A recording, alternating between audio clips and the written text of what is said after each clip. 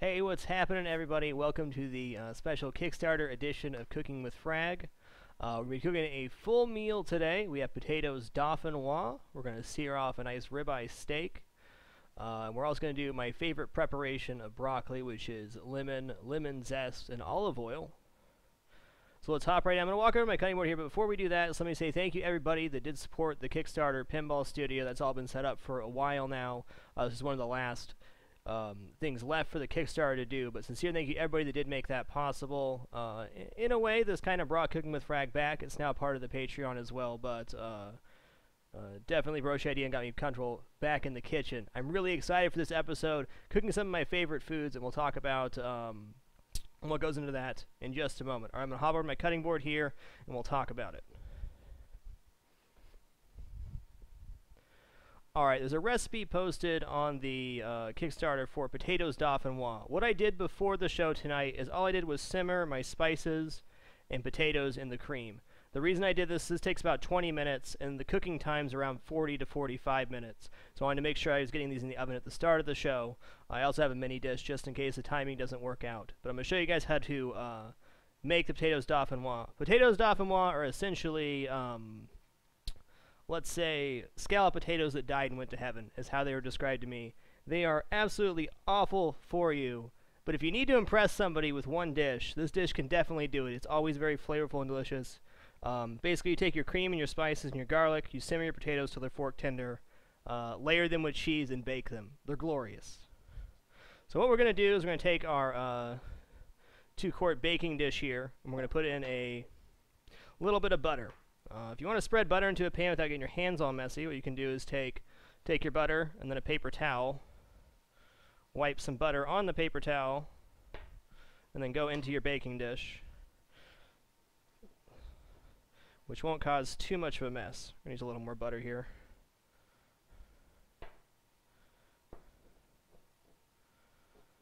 Alright. Potatoes Dauphinoise become a Christmas tradition for my family. Replaces our scallop potatoes when we cook ham. I first cooked them in a professional kitchen, and I tried them once, and I was like, wow, this is really bad for you, but great flavor. Alright. Oh, should have stopped over here. So we layered the butter in there, and all we're going to do is scoop the potatoes in and try to make a nice even-ish layer. We'll pour the cream over afterwards.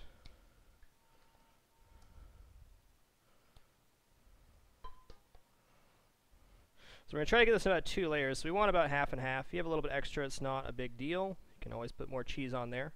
So the 2 cheeses I have here are Swiss and Parmesan. You could do any type of cheese with this, though Swiss or Gruyere or a nice melting cheese like Fontina works really good. I might actually do these in 3 layers because it's a little bit taller of a pan. We'll see how it pans out. I want to go nice and generous on the cheese here. Basically, you cook them down until they're pretty well cooked, and then let them sit for a while, and they kind of congeal into this awesome potato cake type deal. A little Parmesan on top. Now we're going back in with potatoes. One thing you want to do when you bake this, for sure, I put it in the recipe, but I'm going to say it verbally as well, is put it on a sheet pan when you put it in the oven. Cream likes to boil over a lot, and it can become very messy if you're not careful. Okay, so I still have little potatoes left, so what I'm going to do is I'm going to put a little layer of cheese, and then put the rest of the potatoes, and finish off with the rest of the cheese. Cheesy potatoes.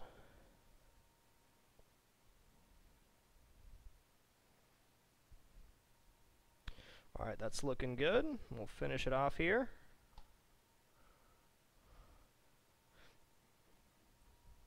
You can peel your potatoes for this. I like to not peel potatoes. I like the way potato skins taste, personally. Definitely a personal preference type deal. Alright. Now, you don't want to drown the potatoes in cream, but you definitely want some cream floating in the pan. So when we go to pour it in, we don't want them completely submerged, but probably about 3/4 full between all the cracks is what you're shooting for. So I'm actually going to pour the cream before I put the cheese on, and the reason I'm going to do that is for... If we pour cream over the cheese, it'll kind of make it so it doesn't brown as well. And we definitely want a nice brown, crisp top on the potatoes. I'm going to put about that much in, then I'm going to give it a little shake. It's got to get into all those little cracks and crevices, and once again, don't want to overfill. It's looking pretty good. I think that's just about right. I'm going to hold it up to the camera here so you can see. So, you can see on the edge here that it's about 3/4 full. And then we're going to top the rest off with cheese and pack it down real good and toss it in the oven.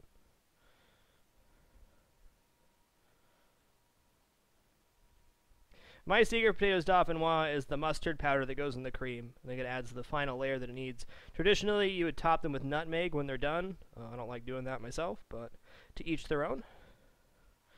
Okay. So we added the rest of our cheese, or most of it. We're going to give it a little press. Make sure the cream is in all the little cracks and crevices. So we'll have a nice firm cake when it's done. Oh god, that looks good. Alright, I was going to toss this in the oven real quick. Wonderful. I gotta check my other ones in about 5 minutes here. Alright, cork board, you can get out of here. Okay, let's do a quick tidy of our cutting board, and then we'll go into the next phase. Oh, my burner went out. Okay, hold on a second. So for this broccoli, I'm going to end up blanching it. Normally I would steam it, but what happened was I couldn't find my steamer pot, so we're going to blanch it instead. Luckily, the way I'm going to prepare it's pretty flavorful, so any lost flavor from submerging in water will not be terribly bad.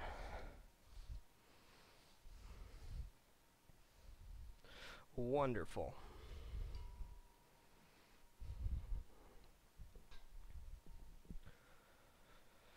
Okay, so we got two very nice broccoli crowns here. This is a very simple broccoli preparation, though it's still one of my very favorites. It's very flavorful and works out great. Before we get started, we're definitely going to steel our knife.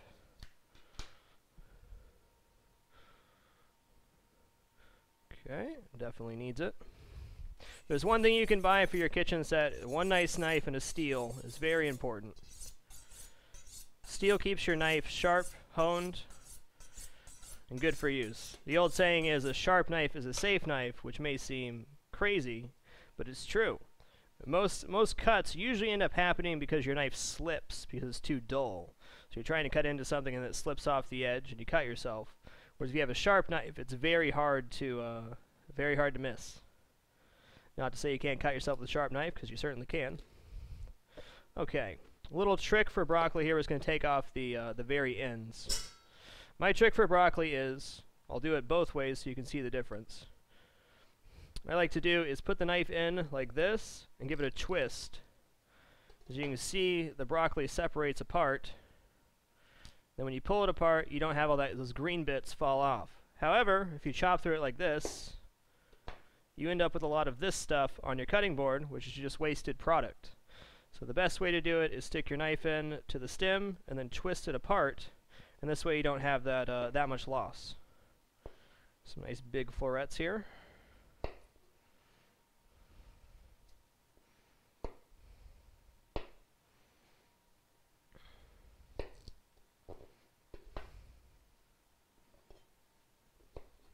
Same goes for cauliflower as well, or anything with a bushy end. The twisting method works out pretty darn nice.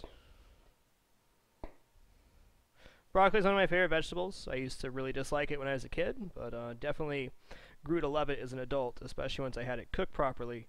I can say that for most vegetables, that I had a lot of them overcooked when I was a kid, and I just did not like them because of that. But as I got older, and I tried them again and again, I realized how much I love vegetables. Especially dark green vegetables like broccoli, kale. That's an interesting little spot.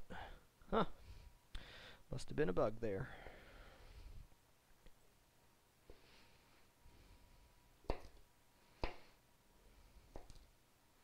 Two crowns is definitely a lot of broccoli, but I would rather have more veg on my plate. As well as broccoli reheats pretty well as long as you don't overcook it. It's my goal with most vegetables, and especially broccoli, to have it still be slightly firm once it's done cooking. And that way you can reheat it, and I think it provides the best flavor. Raw broccoli is a little bit too much for me, but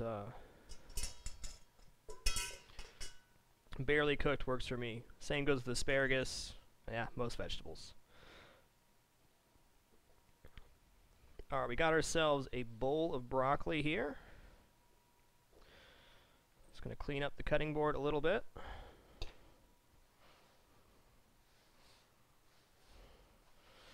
Doesn't need to be perfect. All we're going to be doing is cutting this lemon and seasoning the steak on the cutting board now. Going to check my potatoes very quickly. Alright, the first pan I put in before the show is almost there. Alright, so what we have here is a zester for zesting lemon. A zester is a nice thing to have if you like making your own vinaigrettes or lots of other things. You just make a C with your thumb. Let's see if I can get in the camera like this, and then pull down. However, if you do not have a zester, because most people don't, you can simply shave a little bit of the zest off with your knife like so, and then dice it from there. Let me do one poorly here. What you don't want is any of the white stuff on the lemon.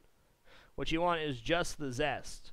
This white stuff is incredibly bitter and will taint whatever you put it in. So you want to make sure you have only the zest portion. The zester itself is designed to only pull off the zesty portion and leave the white or the pith intact.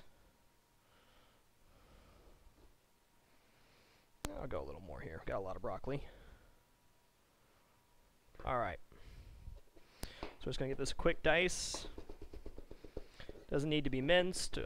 Get a big piece of zest. It can be a little overpowering, but it's not going to kill your broccoli or anything. Broccoli in itself has a very strong flavor. Okay.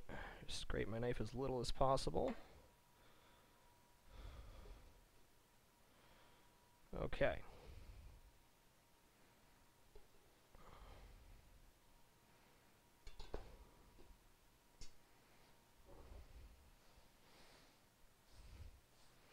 Try to get those last little bits in there.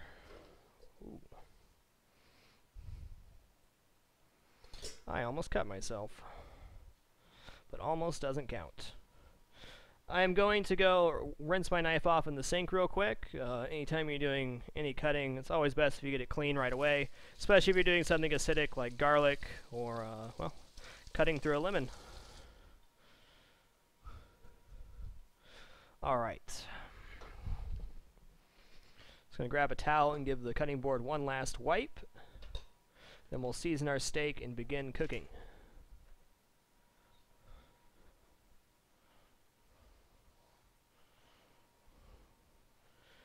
It's always a good habit to get into to clean your cutting board a little bit after you do each thing. All these little bits that end up on the cutting board add up really quick, and eventually you have a cluster and stuff's okay mixed together. That's bad for business.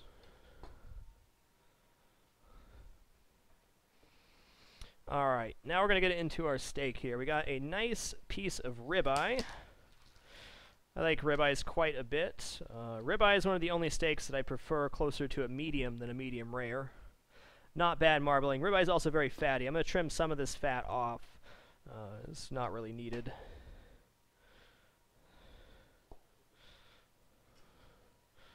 It's a really big eye. Now, if you're cooking on a grill, all this fat's really nice, but in a pan, it's kind of a fire waiting to start. Alright, let's pull a little bit of that off. Looks pretty nice. Alright, so we got salt and pepper mix. Do about 3/4 salt, 1/4 pepper. I think it's there's a lot of great spice rubs and stuff you can do for steak, but it's really hard to beat the old salt and pepper, and it really makes you appreciate a well-cooked steak when you have it very simply seasoned. Slap the seasoning in there, do the other side. You notice I'm going pretty heavy here on the salt and pepper. It's really hard to oversalt meat, especially when it cooks in the fat and everything else. Some of that salt comes off, so we're going to go pretty aggressive on the seasoning. Make sure it gets nice and pressed in there. Alright, just going to wash my hands real quick and then we'll hop over to the stove.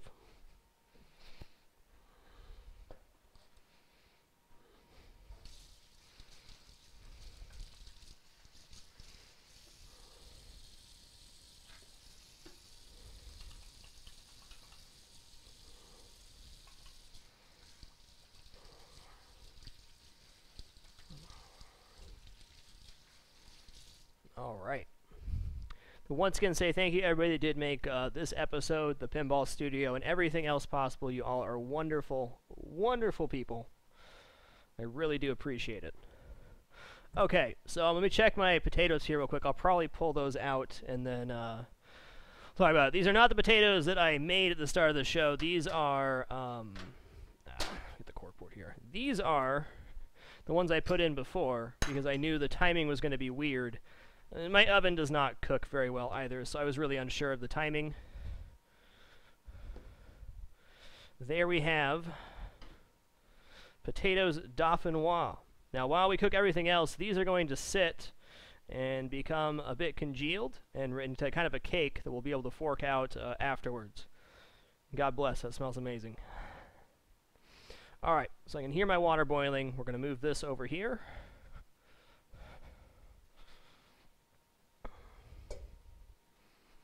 Grab my steak pan. Get my steak pan heating up. Number one thing for cooking pan steak is make sure your pan's nice and hot when you start. If your pan is not at searing temperature when you begin, you're going to have not a seared steak. It'll still cook just fine, but you're missing out on the best part of the flavor. A lot of kitchens don't even have grills in them, so a pan steak is something that's pretty common. Alright. Doing just enough to coat the pan there, and I'm going to let that heat up real nice. I want to wait until I at least flip my steak to drop the broccoli, otherwise I'm going to have cold broccoli to start.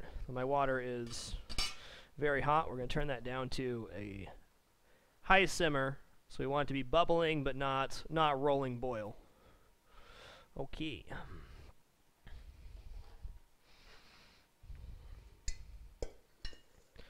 As the old saying goes, hurry up and wait. Just got to wait a minute for our oil. Got to be patient.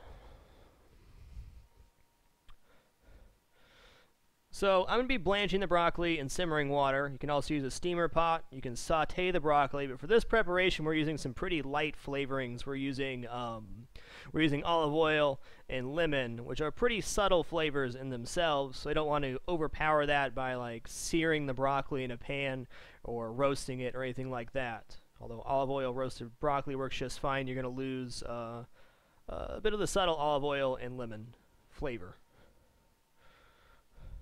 Whatever tastes best to you, that's what's important. Okay, so how do we know when our oil is hot enough? We're just going to move it around the pan. It'll become, the viscosity of it will be more and more loose as we go along. We're looking for a nice loose, and we can also dip the side of the steak in, which I'm going to do right now. I don't think the oil's quite there, but we'll test. Alright.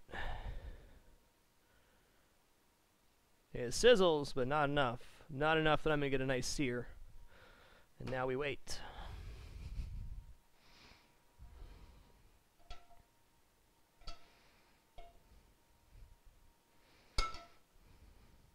Let's say we got about another minute or so before the oil is totally up to temp.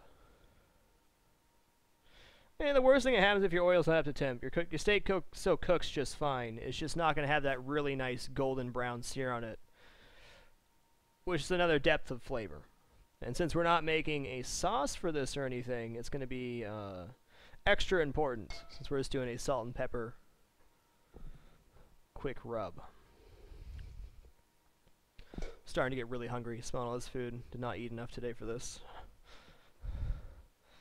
Alright. Okay, there we got a nice sear in there. Okay, so we're going to lay the steak down like so and give it a quick jiggle. You give it the quick jiggle so it does not stick to the pan.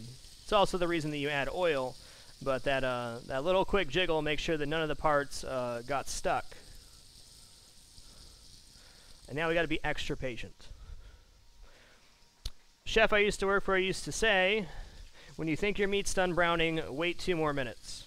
That's what he'd always say every time you were searing meat. He says, make sure it's nice and brown. It's extremely hard to burn the outside of a piece of meat. It's highly unlikely that you'll ever be able to burn the outside of the piece of meat, so you might as well just wait. If you're doing a pan steak and it's a thinner cut, you might as well get the nice sear on the one side. It'll cause a slightly uneven cook in total, as one side will be more cooked than the other, but the flavor you get from browning it, I think, is well worth it. I think my pan could have even been hotter. I might even have some trouble getting the sear I want. We'll find out soon, though. Grab my thermo here.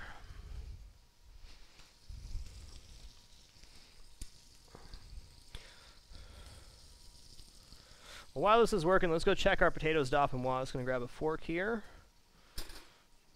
Come back and check them. Okay.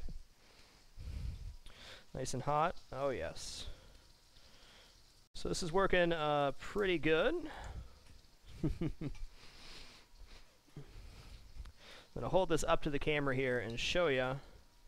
It's not liquidy. Oh god, it's not liquidy at all in there. It's more of like a patty of potatoes, which is what you want.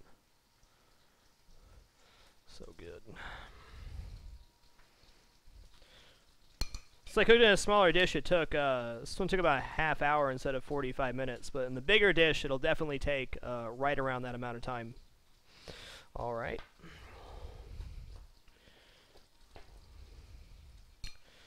Leave this here. I'm actually going to go ahead and wash my cutting board real quick, just rinse it off, since we'll be plating over here in just a minute.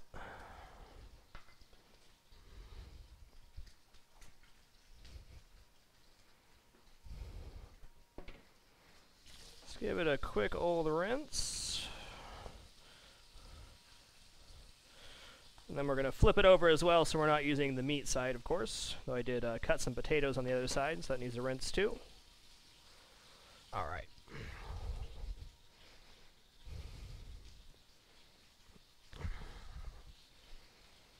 All right, I can hear my steak searing right now. It's definitely getting there.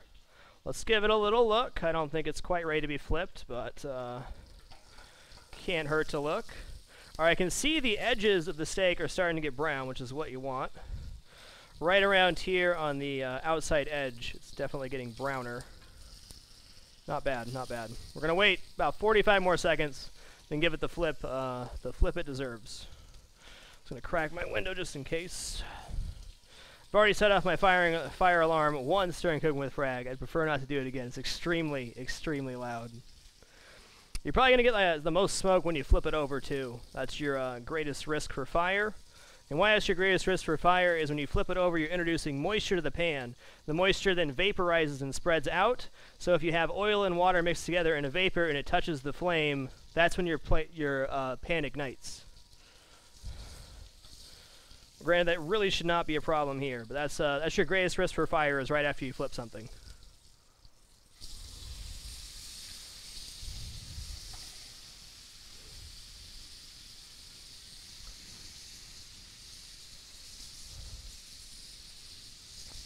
See, that's not smoke coming off, that is steam, but it is very dangerous steam.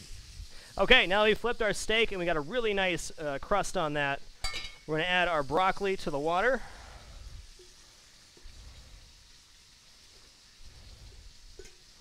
This really won't take too long, about 3 minutes at most.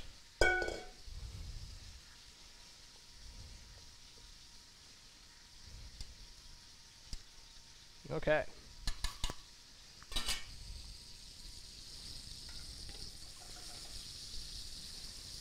I'm actually really happy with the crust I got on that.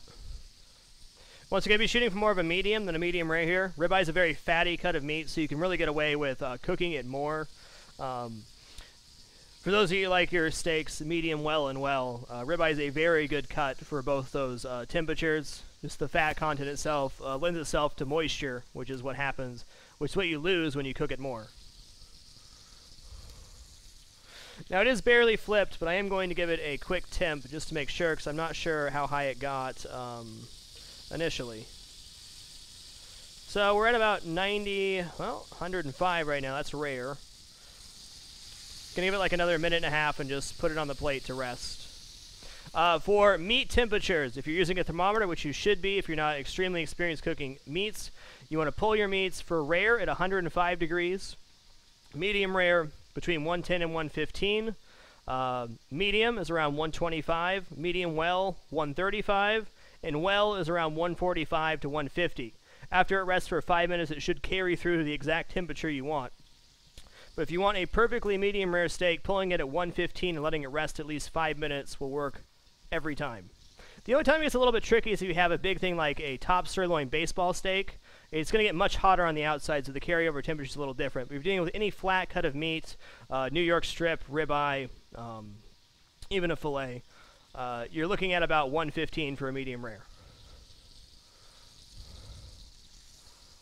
Oh, it's gorgeous. Okay. I'm going to kill our heat here.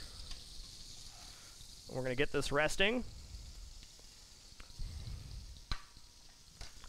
So the reason that you rest meat is it allows the moisture, all the particles that you've heated up extremely inside of the meat to chill out and get back into the meat.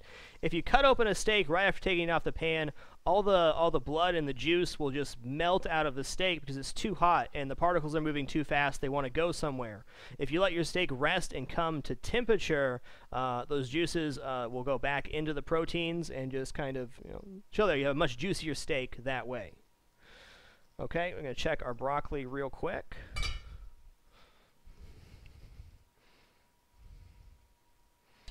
The first thing you look for in broccoli is that it turns a nice, let's see, a nice dark green. That's what you're looking for. Nice and steamy. As you pull a floret off, takes a little piece. That's perfect for me. Oh, it's going to be a little bit tricky. This is not the pot I wanted to use, but it's the pot I deserved.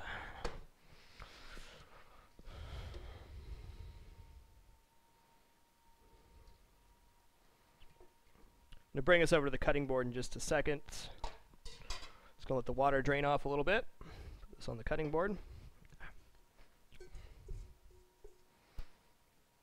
Okay.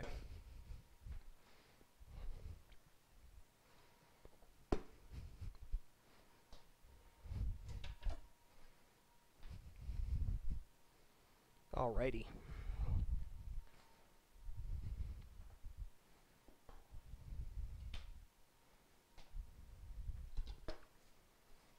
Okay, so we're going to take our blanched broccoli. We're going to put it in the bowl here. We're going to take our lemon zest. Yeah, we'll use all of it.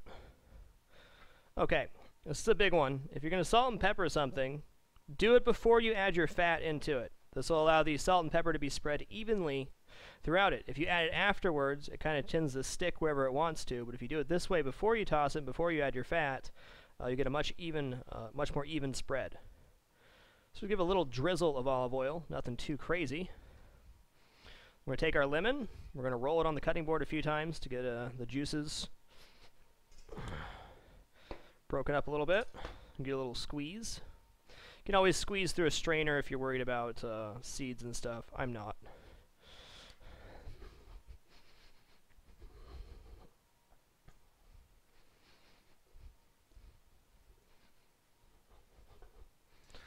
Go ahead and taste a little piece here.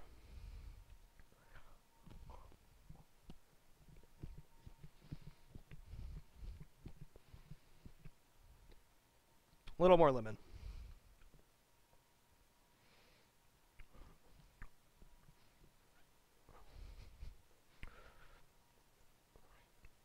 Never just follow the recipe. Always make sure you're tasting as you go. Okay, we got our broccoli. We got our potatoes. I'm going to go grab the steak, and then we're going to talk for a minute, because we have a minute before it is done resting. Going to hop over to the cam and talk to you guys real quick before we plate up. So I want to say thank you once again, everybody, for making this possible. We just cooked basically a full meal. The potatoes take quite a while to cook, but they sit very well. So if you're going to cook this recipe yourself, definitely start your potatoes first, get them in the oven, and then work on everything else. Even if the potatoes Dauphinoise sit for like 20 minutes just in a holding oven or something, they're going to be fine. Whereas the broccoli and steak are a little more time sensitive. Nobody likes a cold piece of meat or cold vegetables. So we're going to head back over to the cutting board. We're going to plate it up, and then that's going to do it.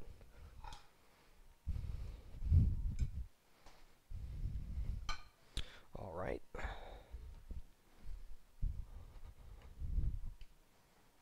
going to cut into this ribeye real quick to see how I did. Okay, we got all this juice on the plate. That's what came off there. If we would have just put it on the plate right away, all that would just leak onto the plate and make it look really muddy. Let's see how we did here. Well, a little more cooked than I would have liked, but the crust is going to make up for it. So what we have here is it's a bit more medium than medium rare. No harm though. What I'm going to do, since I don't care about my plate looking muddy and this juice is delicious, is just pour it right over the plate. Right back onto the meat. Nice healthy serving of broccoli. And the nice unhealthy serving of potatoes Dauphinoise.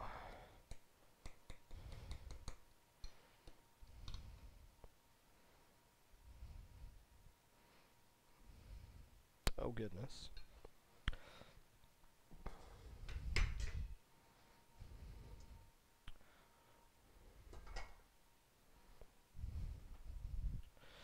So what we have here is potatoes Dauphinoise, pan-seared ribeye, and broccoli with lemon zest, and olive oil. Bon appetit. Thank you once again, everybody. I know I've been thanking you profusely. I truly mean it. Thank you for making this episode of Cooking with Frag, the Pinball Studio, and my dream job possible. You all are wonderful, and I appreciate your support. Hop over to the camera real quick. That's going to do it for this episode of Cooking with Frag. What's going to happen is we're going to go to the ending screen, and then I'm going to read chat for a little bit and answer any questions you guys might have about the recipe and whatnot. But thank you. Thank you, thank you. I'll be back to our normal broadcasting schedule this Wednesday, 7 p.m. Pacific. That's all I got for now. Frag out. If you guys have any questions,